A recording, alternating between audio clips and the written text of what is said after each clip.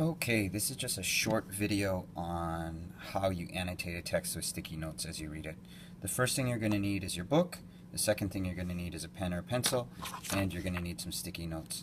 These ones are pretty big, so I am just going to rip them into smaller pieces to try to conserve resources a little bit.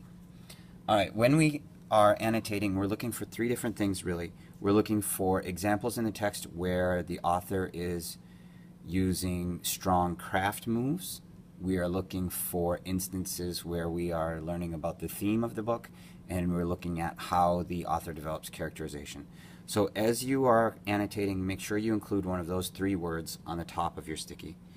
Alright, so I'm reading The Giver, and right away on page 4 I noticed that this is maybe where the theme starts to emerge. At least I see a conflict. So Jonas is the main character of this book, and he's describing how he doesn't feel super confident about something that's going on. He's a little concerned, and eventually really he goes through all of these ideas of feelings, and he comes up with the word apprehensive.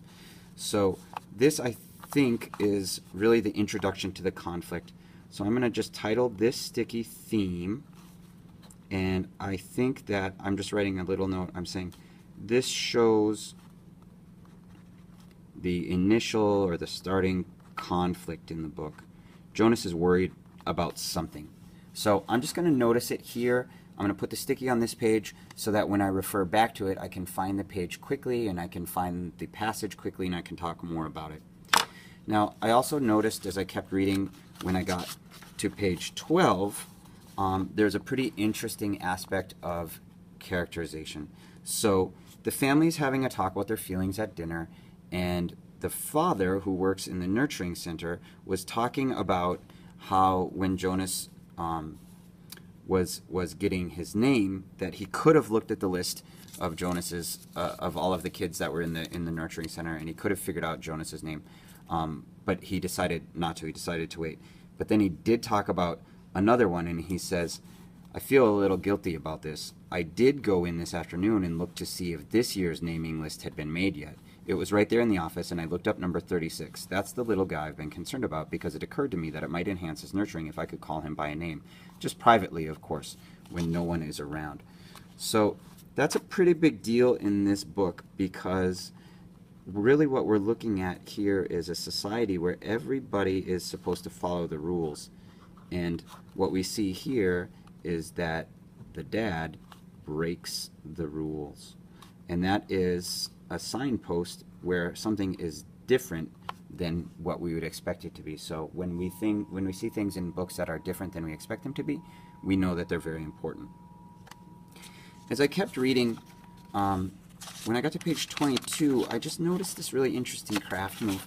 And what I noticed was that there was this announcement, right, from the speakers, and everything was written in capital letters, and it said, "Attention, this is a reminder to females under 9 that hair ribbons are to be neatly tied at all times."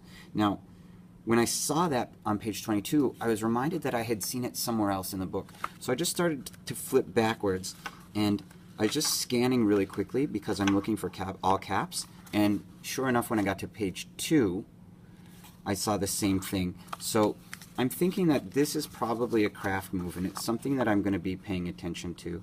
So I'm just going to label this sticky craft, and I'm going to say announcements are made in all caps. And I think that that's an interesting thing to pay attention to.